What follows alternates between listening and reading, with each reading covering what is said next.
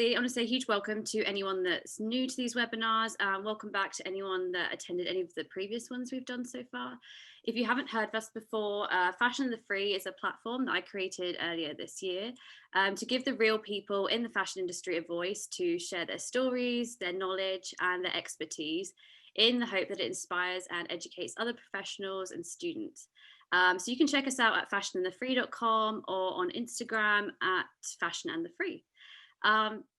So if anyone that doesn't know me, I'm Emma Golley, the founder of Fashion and the Free. And I'm very excited to introduce you to my guest today, Jovana Mullins. Hi, thank you for having me. So Jovana is the co-founder and CCO of social impact and sustainable brand Alivia, and has been in the fashion industry for over 10 years. She began her fashion industry journey by studying at Parsons School of Design in New York, and has since designed for a variety of well-known luxury brands, including Matthew Williamson, DVF, Alice and Alivia, and Rebecca Taylor, just to name a few. Currently, she's based in New York, and I'm extremely grateful that Jovana has taken the time out of her busy schedule to share her knowledge, advice, and top tips for today's discussion, how to start your own fashion label while having a positive impact on people and the planet. So hi, Jovana, welcome, and thank you for being here today. Thank you for having me. I'm excited. How are you? I'm good. Yeah, I'm good. Just working on getting some holiday emails together and all that fun stuff. Yeah, how's that all going? What's that what you've been up to today?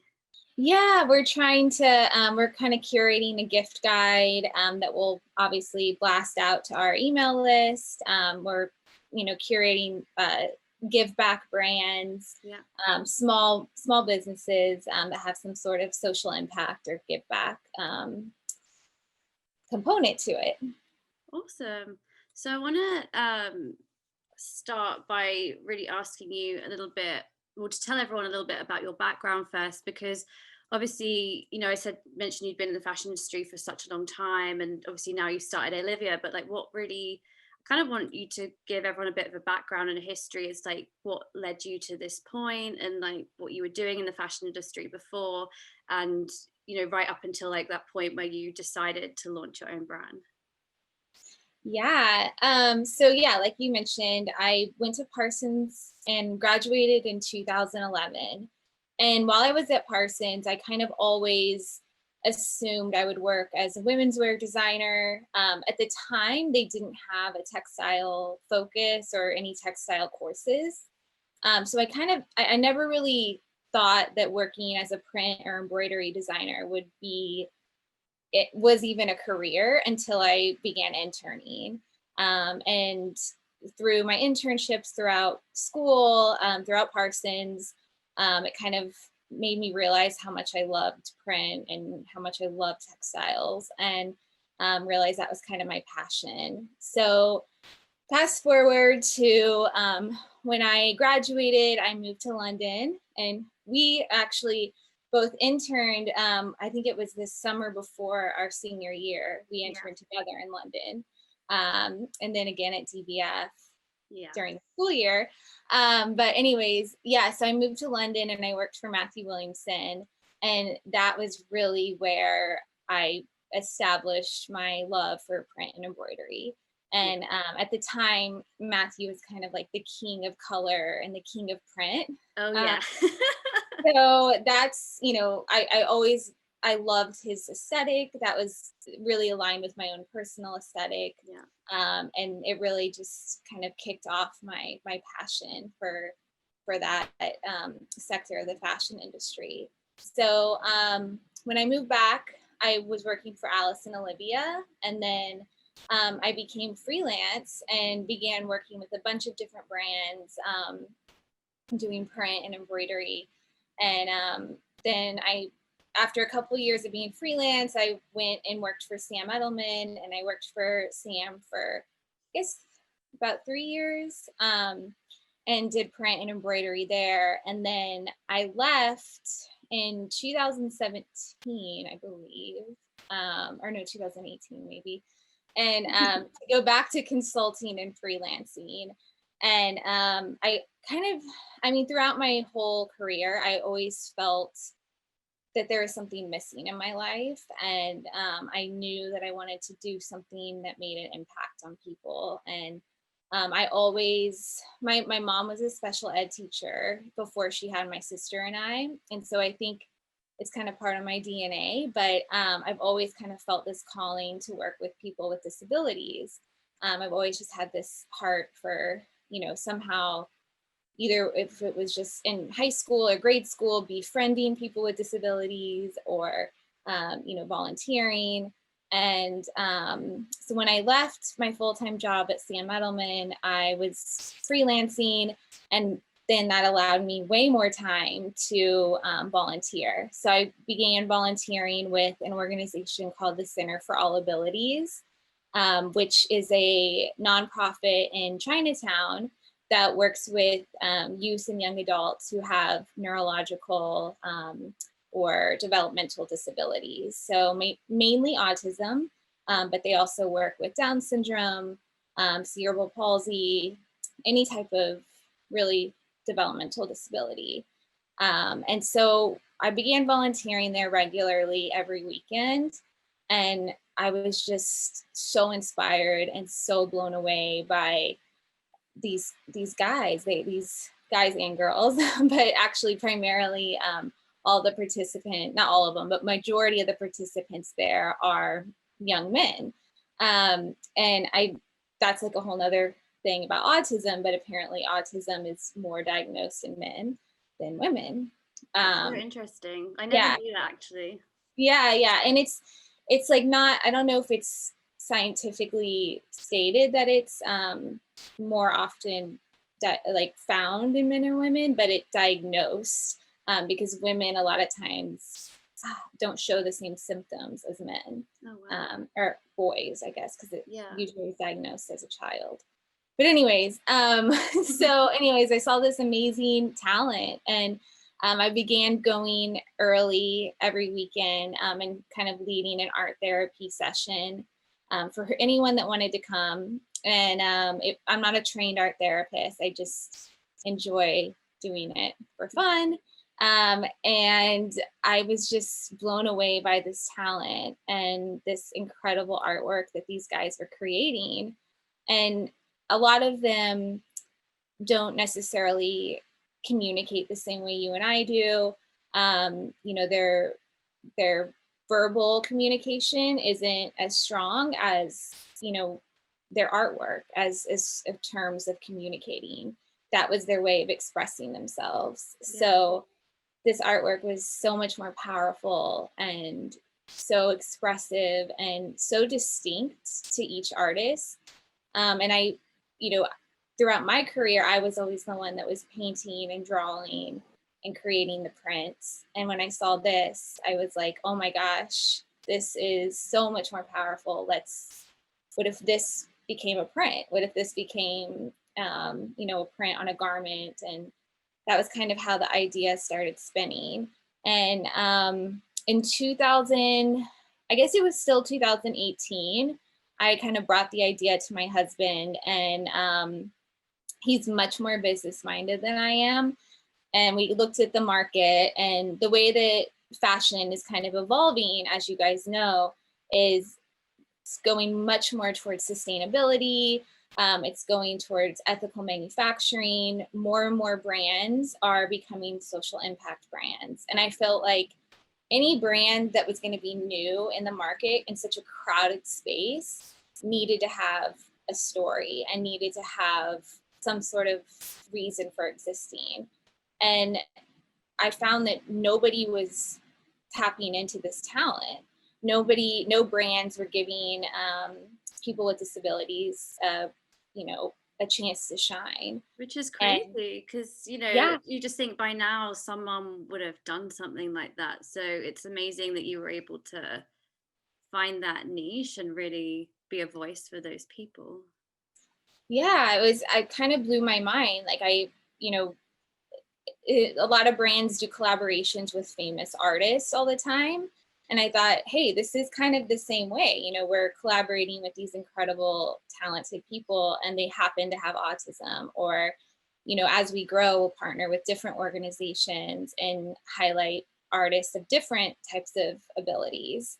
Yeah. So yeah, we saw there was that kind of gap. And also a lot of the social impact and sustainable brands really weren't colorful or vibrant. You know, they're a lot of times more natural colors and kind of your staple basics. But there wasn't this kind of bold print heavy brand that I personally love. Yeah. So that is kind of how we decided to go forward. That's amazing. So I guess something that I think a lot of people probably watching this will want to know and try and understand is, so you have like this incredible idea, but then like what's next? Like where do you go from there? Because I'm sure like all of us from time to time have had these amazing ideas and then they've just kind of fallen by the wayside because maybe we weren't brave enough to do something about them or to look into it further. So I'd love to know, like, you know, when you get an idea like that, like where do you go from there? Like what's your next steps? And obviously like I'd love for you to talk a little bit about then how you then worked with the guys that you've got, that you're artists, and like how, you know, with the families and all of that. That would be great to know as well. Yeah. So kind of the first step in our process was talking to the nonprofit, as well as talking to the families of the young men, because I originally had wanted to make our company a give back, the 10% give back that we do on every sale. I originally wanted it to go directly to the young men as a way for them to create an income and have some sort of employment, even though it's not full time. But after discussing with the nonprofit, discussing with the families, they said it, because they a lot of times with disabilities, you're on you have government subsidies, and they were, you know, nervous about losing, you know, different benefits that they could have. So we decided on paying them upfront a one-time fee for their artwork, Yeah. and then the 10% of every sale going back to the nonprofit. That's amazing. So yeah, that was kind of our first step, just to even see if they liked the idea, if it was something that the community would be okay with, if they, you know. So that was the first step. And then the hard part comes after that. And that was definitely figuring out how to fund a collection, because fashion is so capital intensive.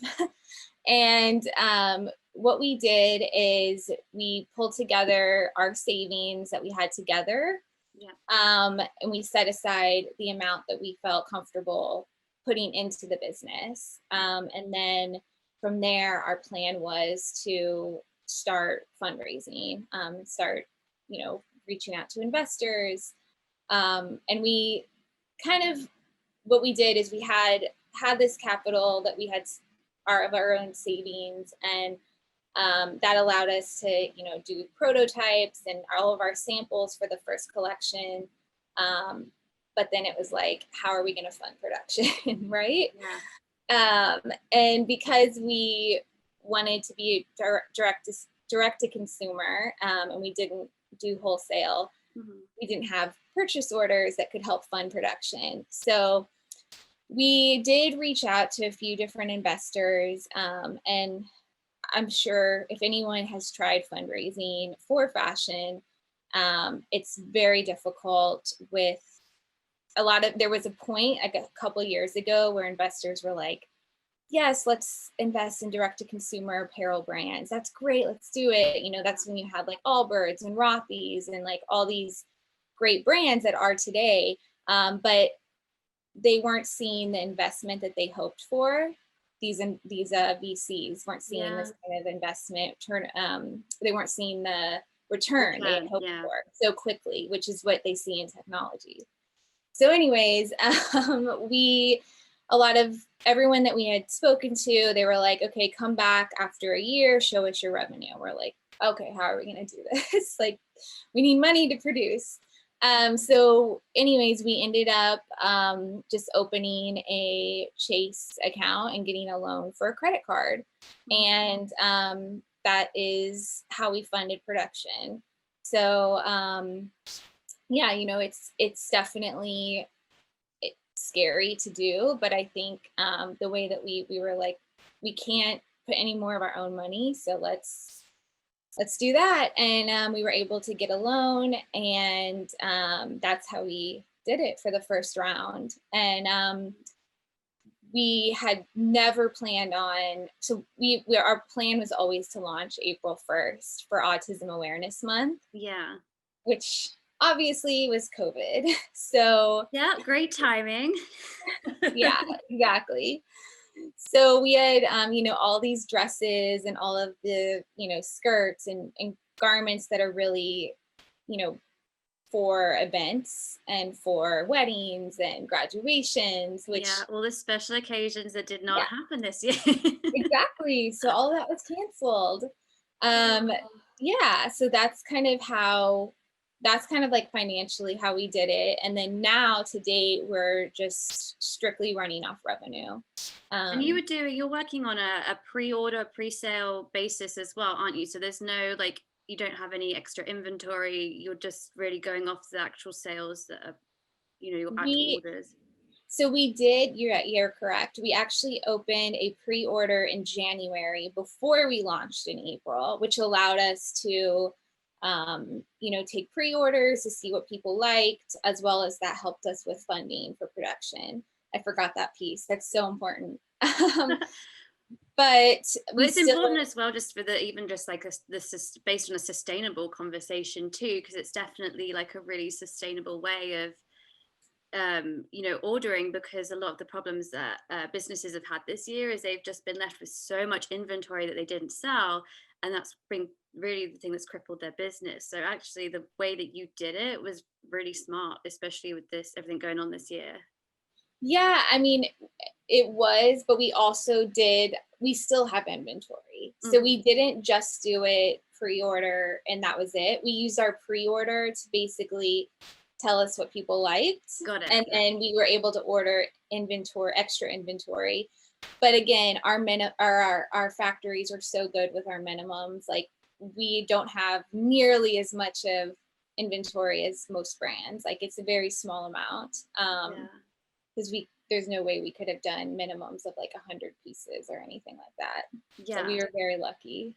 Well, I would love to like picking up on like what you're saying about like the factories and stuff. I know that that is probably one of the hardest things to do when you're building a brand, you're like starting your own label. Is like, how on earth do you start finding your factories? Like, where do you begin? How I would love to know a bit more about your process with that, and like how long roughly you think it took to find that, and some of the obstacles you faced, especially based on the fact that you were looking at more sustainable factories with certain certifications and stuff like that's really, I know from just hearing from other people as well, that's a really hard thing to find. Yeah. So that was probably one of the hardest parts, was figuring out just everything it takes to produce a garment. It's just so There's just so much that goes into it, and nobody realizes it when you go to H&M and buy a $10 shirt. Like, there's a lot of Hmm. work that goes into this.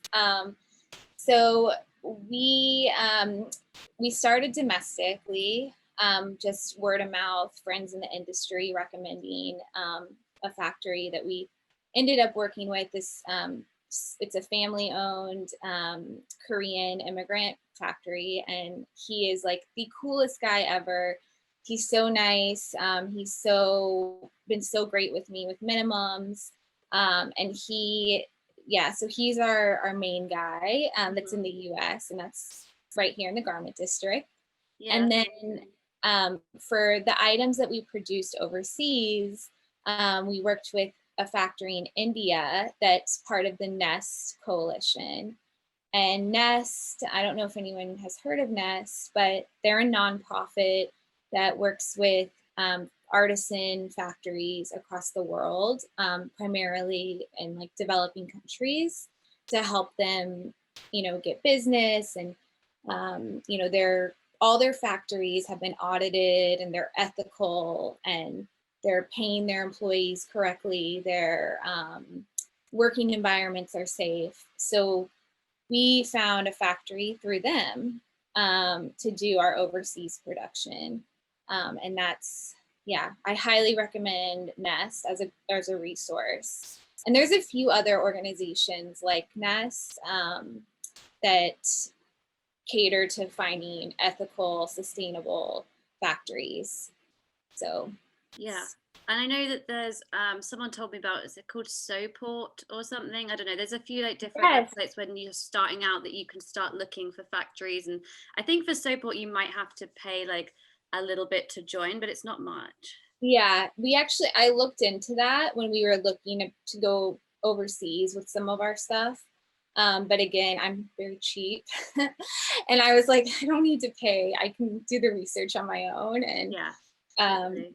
yeah, I think I reached out to a few different factories in India that were part of Nest. And I just landed on one that really specialized in embroidery because that's something we don't have a lot of embroidery yet in our collection, but Hmm. that's something that we want to do a lot of in the future. So Yeah. And so yeah, how long, I mean, for somebody that's like thinking of starting their own business, like how long, well, how long do you think it took you to find a factory, especially with like, I'm sure you probably had a few samples made or, things like that for you, to decipher through and figure out where you were going to land. So how long roughly do you think that process took you? I'd say from I'd say I started researching in like November-ish of 2018. And then by April of 2019, I think I had landed on who I was going to work with. Yeah. And in that period, I actually sampled with two different local factories. Yeah. And this is something that no one told me, but like you can get the way that in the garment district, if you go, I mean, there's some factories that are way more expensive than others. And the first factory I sampled with was charging me like $600 for a skirt sample. Oh, And I was that's like, crazy. yeah. So then I ended up word of mouth talking to friends. I found the guy that I work with now. And yeah, so anyways, it's a lot of research and errors, and I'm totally happy to enter if anyone's in New York and they're looking for a factory, I'm happy to help introduce because since then I've now met with a few other ones that because we're looking to bring everything back here, Oh, um, wow. which is That's cool. good and bad because it's so expensive to produce here, but it's so much nicer to be able to like go and see where your garment's being made. The turnaround times are quicker. It's they'll do lower minimums as well. So Yeah, I don't think you're the only one. I've definitely heard that amongst a few other people that are doing similar kind of thing. They are actually looking to bring their factories really a lot more local because I think with everything that happened with COVID, it kind of taught them that they'd really like to be there and keeping an eye on everything. yeah, And, with everything that happened this year, obviously it meant that no one could fly and yeah, visit their exactly. factories.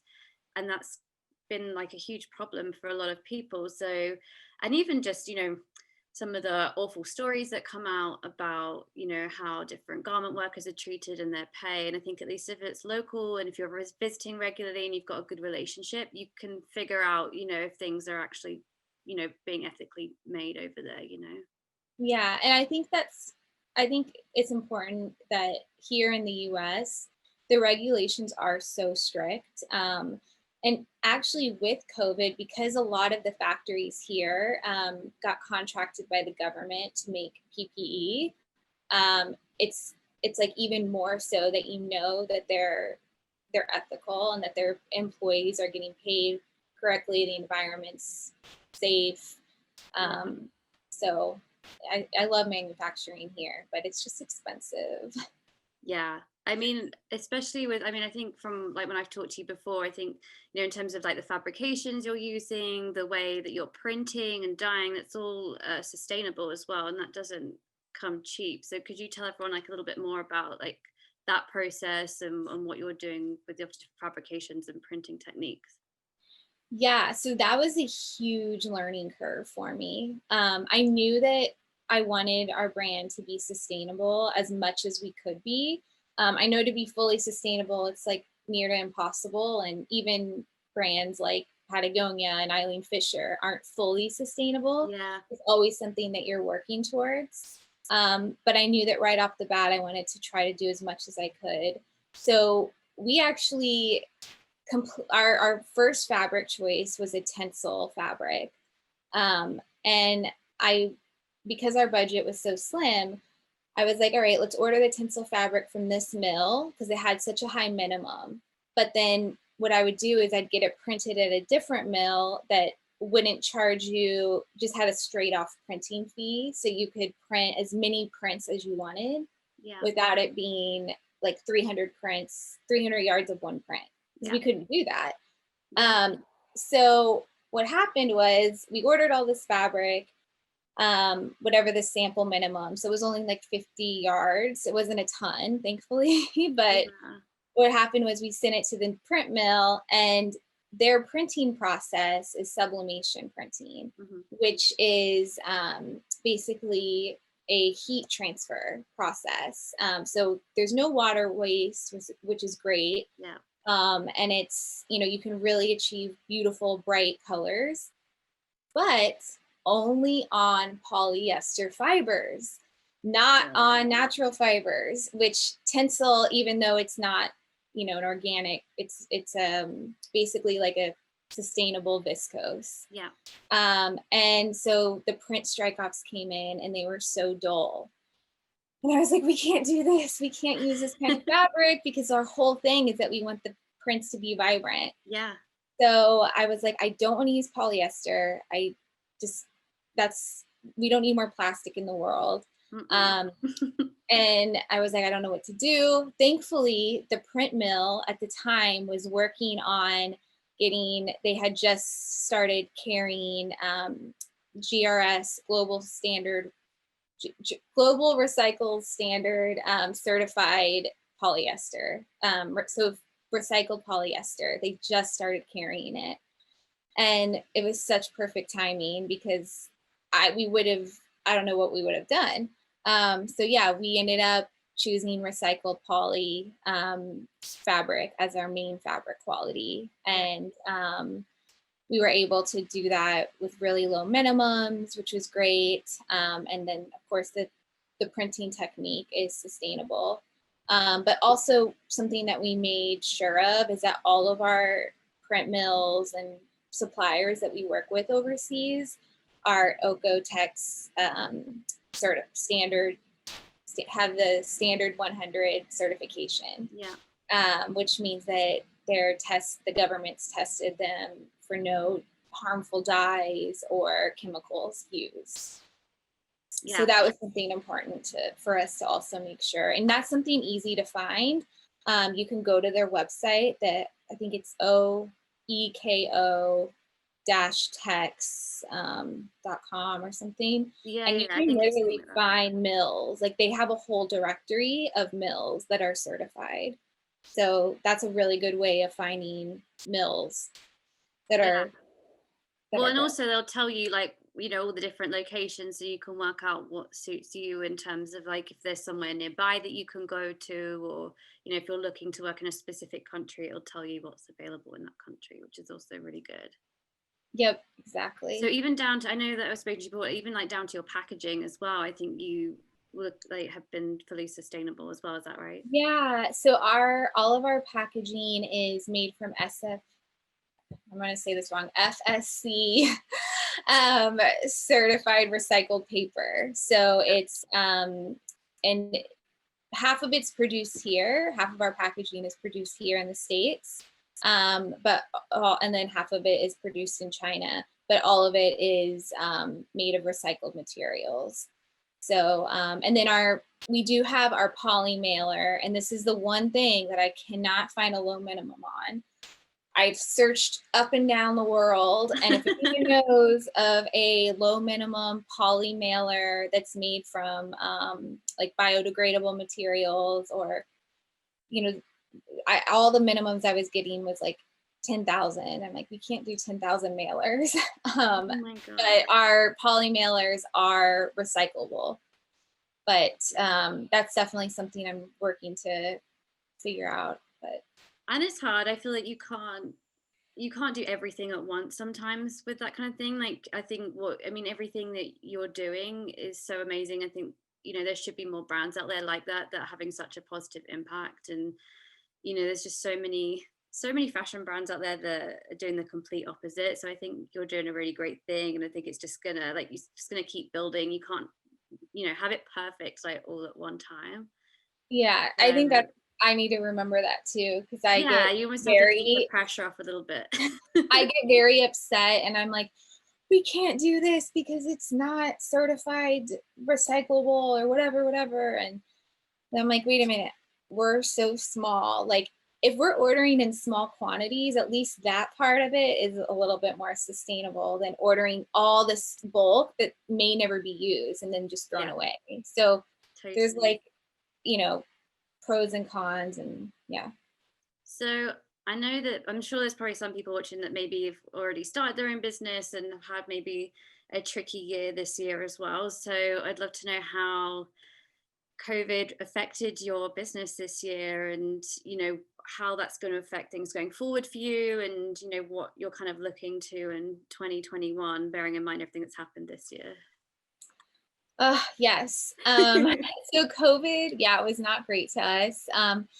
Like I mentioned, we had all these dresses and skirts and things that you would wear to events that, we're very thankful that our inventory is not a ton. We don't have a ton of inventory, but we do have a good size that we would like to, that we were hoping to sell, and generate a certain amount of revenue to help us produce more collections. But what we decided to do instead, because obviously it wasn't going to generate the kind of revenue we needed, was, well, first of all, we just decided no fall. We couldn't do fall. We knew that wasn't going to be a thing. I did have it all designed, and we had two of the young men that we were going to be featuring. We're going to just push it back, which is fine. Yeah. And we also had to cancel our summer collection drop. We hadn't started producing it, thankfully. That's good. We were going to start producing in April, to hit would be hitting like our website in July, but thankfully we didn't have to. So we didn't, have to cancel anything technically. But what we decided to do was pivot to sleepwear, and doing loungewear and pajamas. Yeah. All the So things that are selling right now. exactly. So we did that.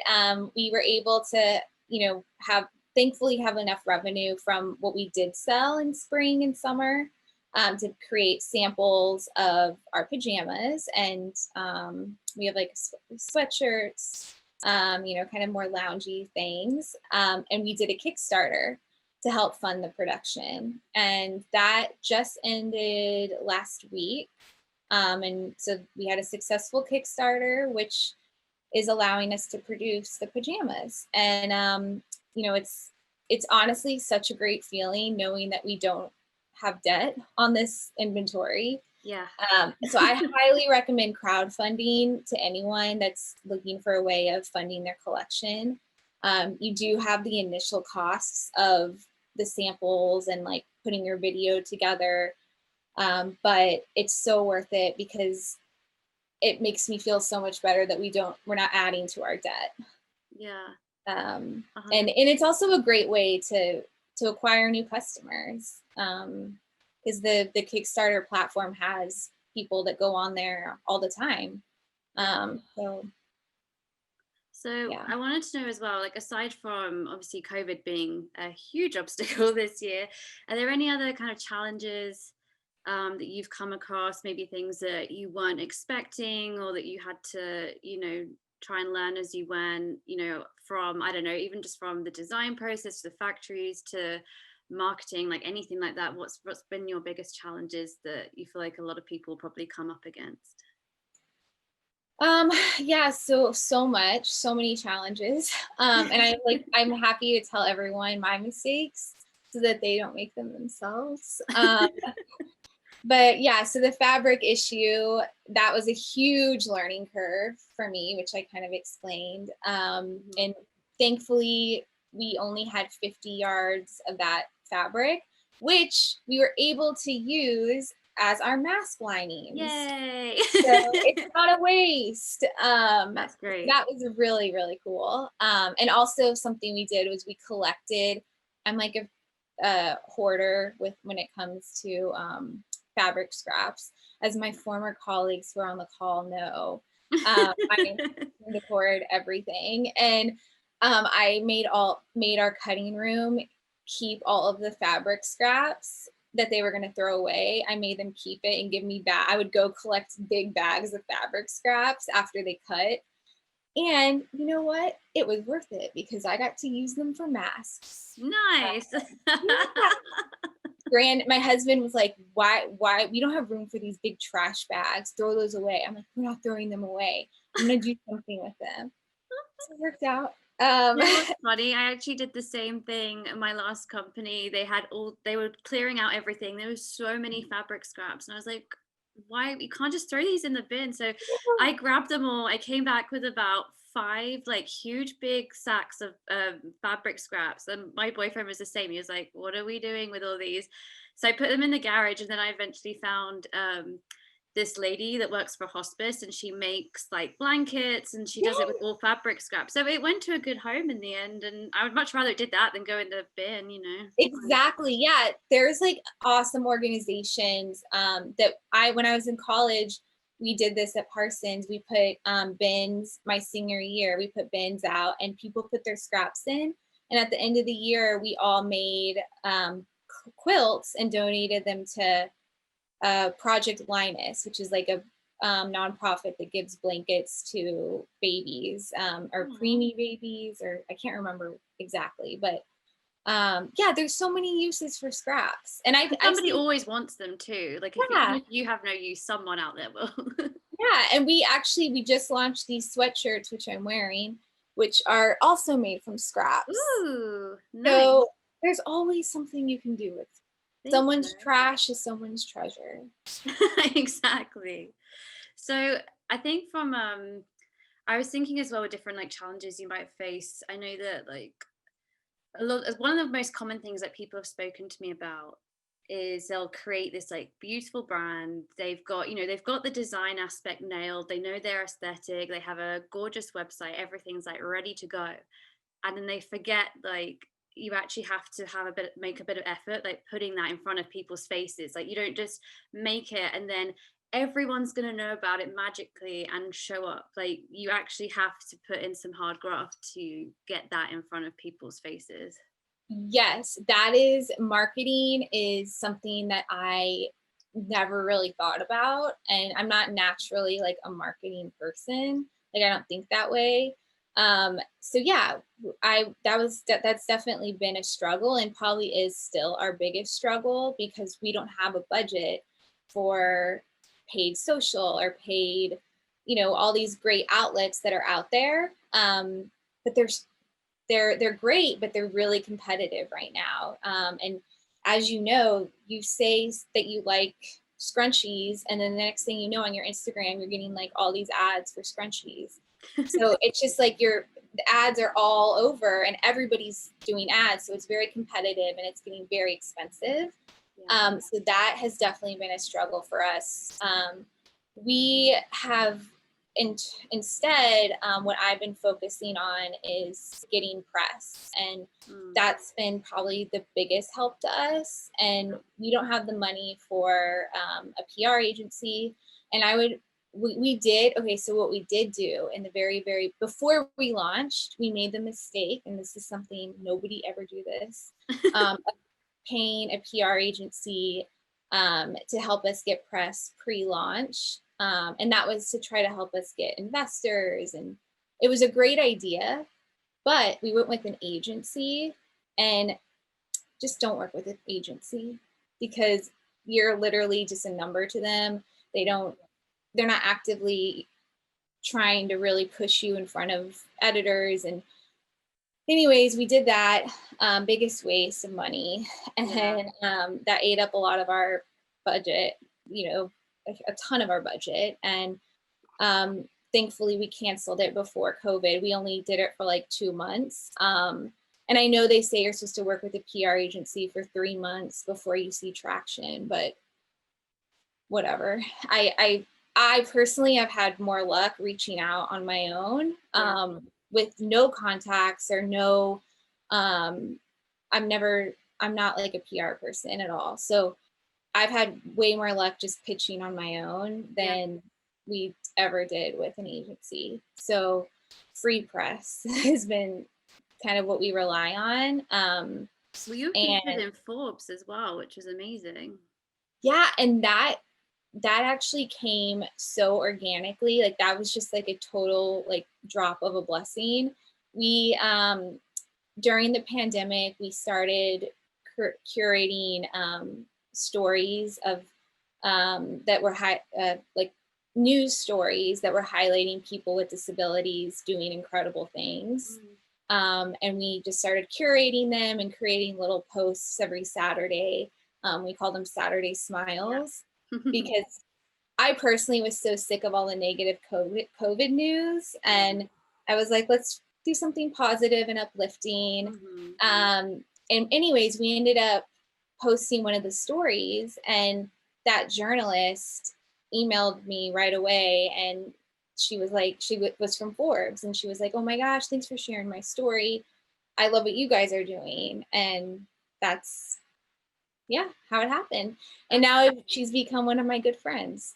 So yeah, that was just like a total like organic blessing that we didn't reach out for at all. Yeah, that's incredible. And I think sometimes that's the best way. And I've heard that before about, the ad agencies and the PR firms and everything. And, for a lot of people, they are a complete waste of money. I actually do think, especially these days with how accessible like all the different social media platforms are, I think actually if you find the time to reach out yourself, like you said, it actually is probably more beneficial. If you can find the time to do that and do a little bit each week, like it probably is more beneficial than paying a stupid amount of money for someone that really doesn't care that much about you and has got lots of other clients. And and I think for bigger brands, working with a PR agency is totally worth it because the brand's already recognizable. It's easy for a PR agency to pitch it. They don't have to like keep bombarding inboxes. Like it's like, oh cool. I know this brand. It's everyone, if it's Rothy's or whatever, I'm just making something up. Like it's an easy sell. But I think for young brands, that's, first of all, you don't have that kind of money. And second of all, like, I think if you are pitching your own company, like it's so much more powerful and so much more authentic. And what I've done is I've just curated like a list of journalists that whenever I do Saturday Smiles, and I find journalists that write about, a similar type of business, or, they're focused on diversity and inclusion, I just add them to my list. And I literally, from Tuesday through Thursday, between 9 and 10, I just send out emails nonstop. I probably have sent out like 1,000 emails and I'll get like 3 responses. Yeah, but it's tough. It's definitely a hustle. It's a real hustle to get yourself out there and to make those connections. Like, it's not easy. Yeah, but it's you just got to keep going. Yeah, like don't get frustrated. Totally. It takes a while to get responses, and then once you do get press, and even if it's really minor press, like leverage it and like post it everywhere. And it kind of, that's what I've learned that we've had to do. And I personally hate doing stuff like that. I like don't like self promotion. naturally. Like that's I just feel weird about it. I don't like to talk about myself and all that. But But you I've have to realized get used to that's the only it. way that we can right now. It's like what we're living off of. Not myself, but I mean self promotion of the brand. Yeah, And I just like that's kind of all we can do with our no our $0 marketing budget. yeah, I feel you.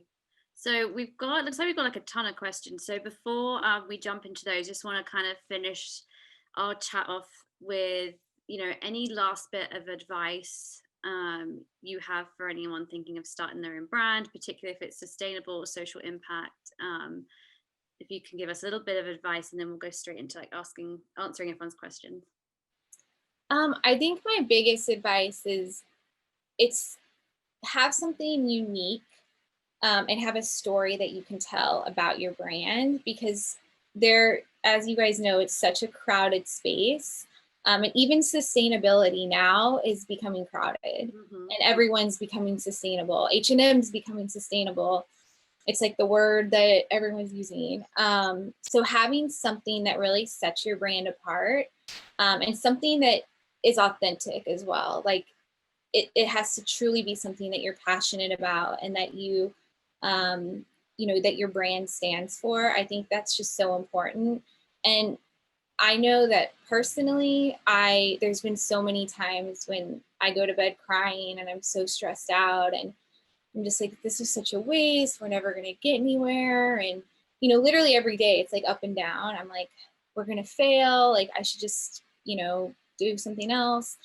But then I realize I remember what I'm doing this for, and what my mission is, and what our brand is standing for, and how we're giving back, and we're providing opportunity. And our goal in the future is to be an inclusive employer, and there's all these amazing things that I want to do, but if I give up now, we'll never get there. So if you have something that you're truly passionate about, and helps.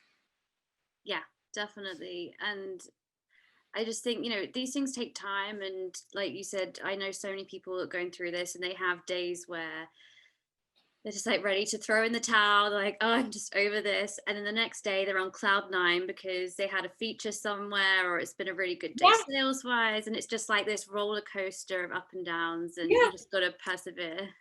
exactly.